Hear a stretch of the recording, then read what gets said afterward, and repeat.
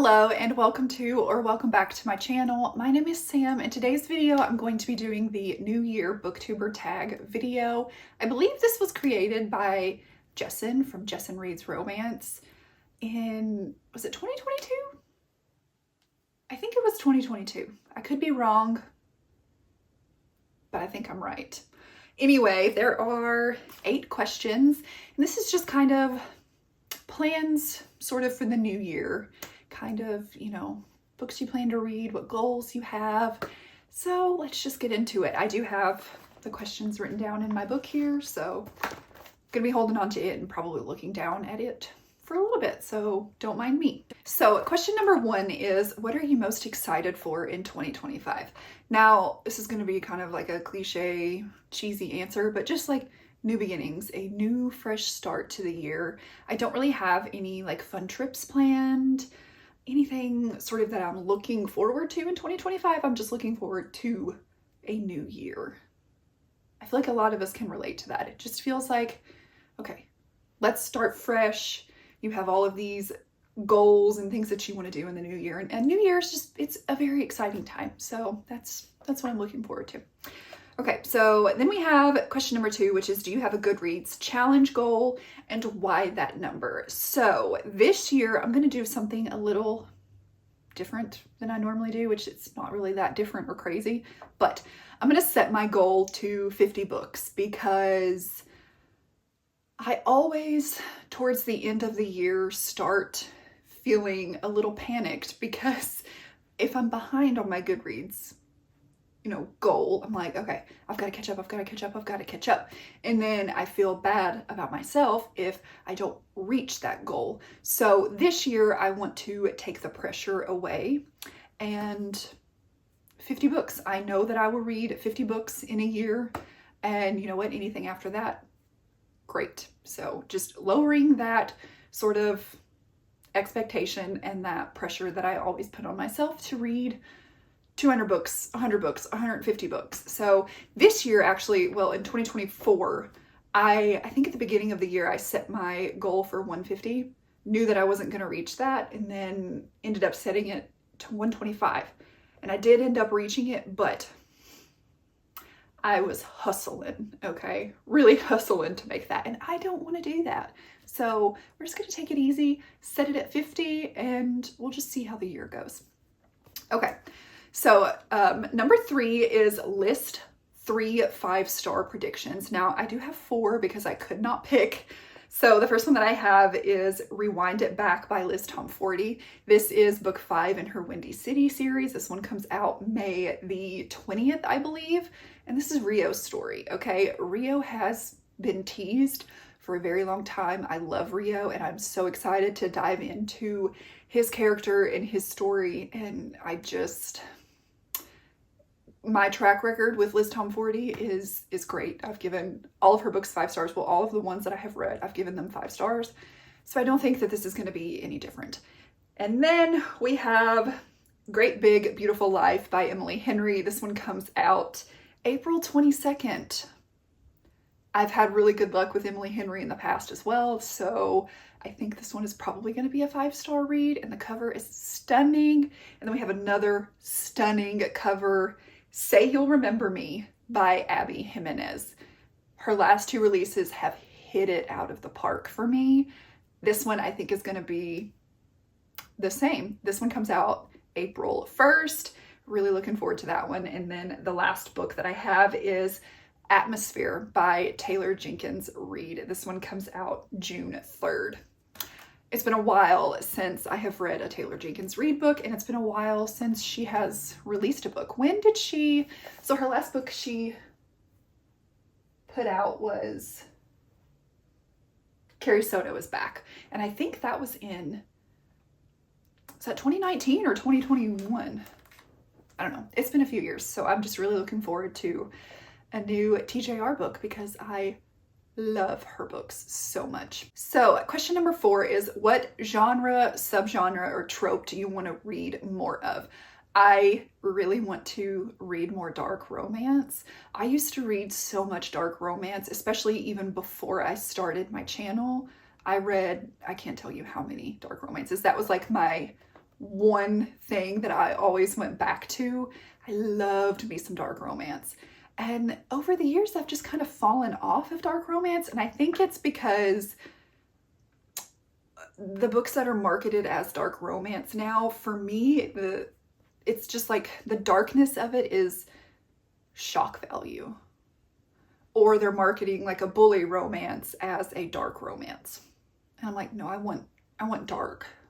Like Sam Mariano, where her books, like the stuff in them isn't necessarily dark, but like the hero is super dark and twisted and like psychologically dark. I love that. But then also like Nina G. Jones, that's dark, okay? And that's not dark for the shock value of it. Like she's dark. So I need Rex. But I don't know, because like the new stuff like H.D. Carlton, she's not really worked for me. I've read The Butcher and Blackbird. Hated that book, okay? That like, it was dark, like comedy romance. Like it wasn't dark to me. And I'm like, what is this? And I don't know, I don't want the shock value, and I don't want just a bully romance that's marketed as a dark romance. I want true dark romance. That might be too much to find now. I don't know. And then I want to continue reading historical fiction this year. I really got into historical fiction in 2024. You guys know that. And I'm just so looking forward to exploring the genre more. I would like to dip my toes into maybe some like historical fiction fantasies. That might be kind of cool. And also branching out of just like World War II historical fiction, because I do really love a World War II historical fiction, but I know that there are so many more stories out there, and I want to learn about more than just that time period. So dark romance and historical fiction. Okay, this one I don't have an answer for. So number 5, what trope do you think will be the most popular in 2025? I have no clue. I would really like to see I'd really like to see more forbidden romances, but actual forbidden romances, not just like, oh, it's forbidden because he's my brother's best friend. You know what I mean? Like, I want where the stakes are super high, where they can't be together. And I want angst back in my books. I want tension back in my books in 2025. Can we have that? Like actual stakes in romance. That's what I want. That's not a trope, but I'm over, we're not going to get into it. Okay, so 6 is name 3 bookish goals for the year. Okay, so my first one is to read more of my physical TBR.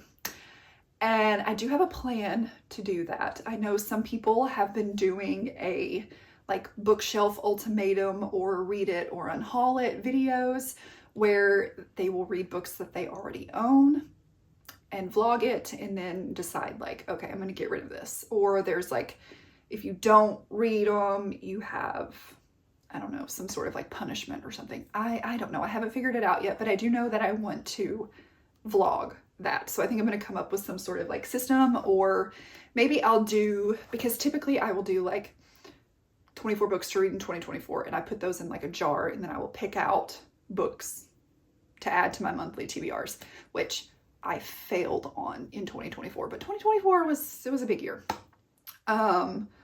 So I might just put all of my unread books into a jar and then just pull from that and then vlog it once a month. I might do that. Yeah.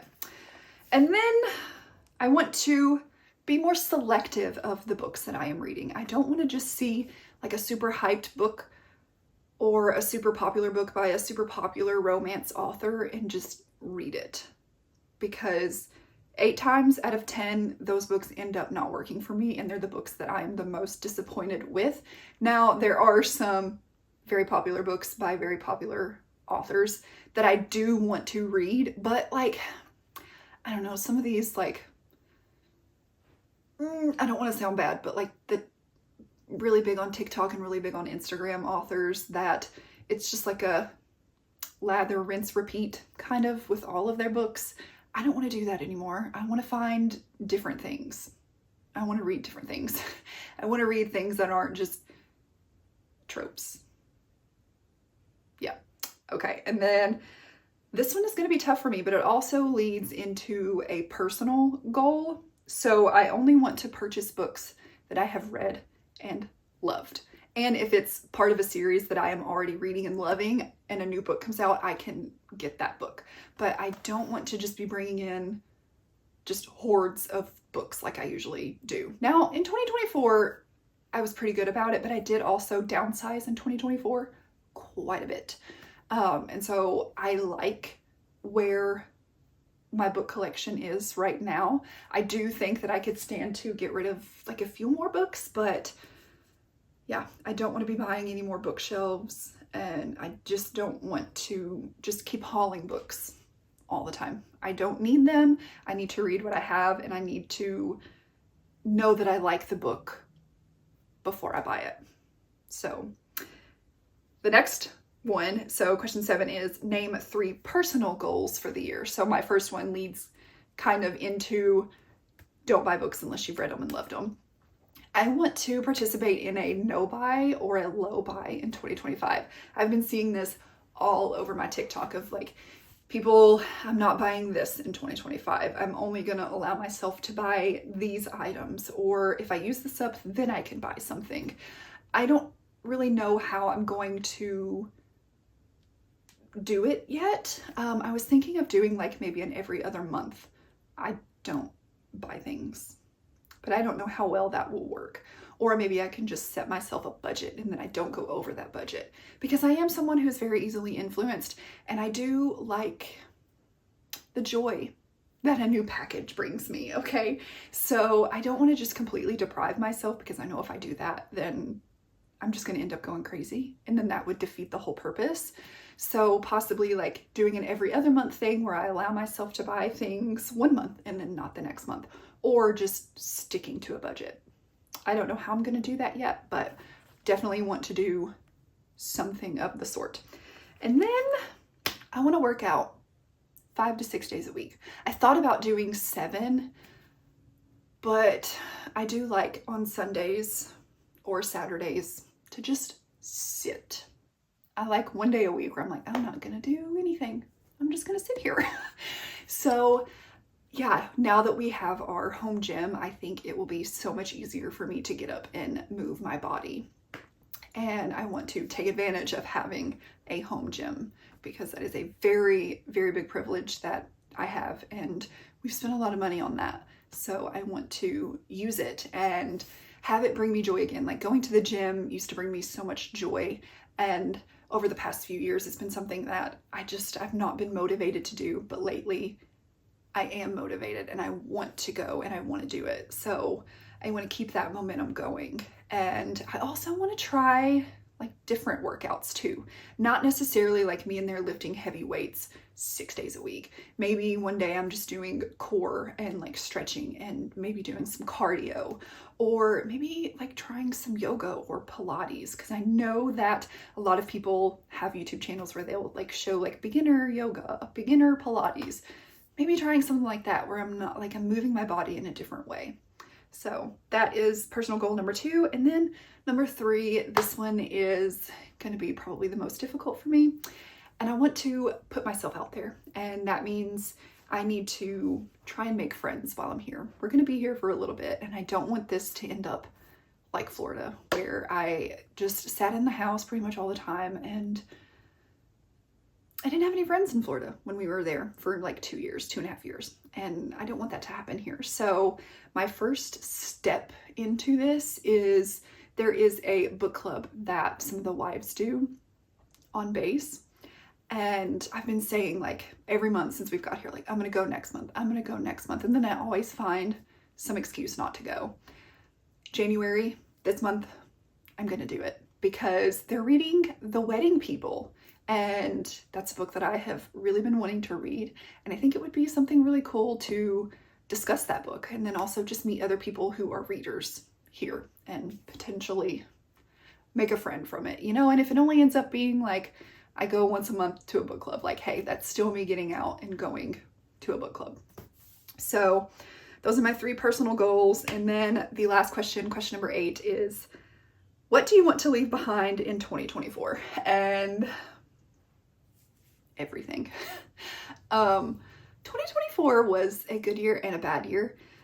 Good in a lot of like my family's aspect. You know, we had a big move again this year, bought a house again this year. My husband is, you know, in a new career this year, and a lot of good things in that way. But 2024 also was personally sort of a hell year for me. A lot of things happened that impacted me in a really negative way. It taught me a lot about myself and about how I want to show up in sort of the bookish space, and about just really how I want to be in relationships too, and the friendships that I want to have. Yeah, so like what I went through, it sucked. It was hell. But like I said, it taught me a lot. And yeah, I just want to leave all of that in 2024 and just let it be. You know, things happen. People are going to think what they want to think. If people really care, they'll reach out. And if not, then that's fine. And I have to let go of, just have to let go of it all. And leave it where it is. Leave it and them where they're at, and let it be. So yeah, that's all that I have. Yeah, thank you for watching. If you have made it to this point in the video and you'd like to let me know, leave me a firework emoji. I'm going to tag some people down below in the comments, or not in the comments, in the description, of who I think should do this tag. I don't really think that's like a requirement, but there's people that I would love to see do this tag, so I'll tag you in the comments below. But if you have a channel and you want to do it, please feel free. Also tag me in it so I can watch it. But yeah, thank you guys so much for watching. Please like, comment, and subscribe, and I will see you next time.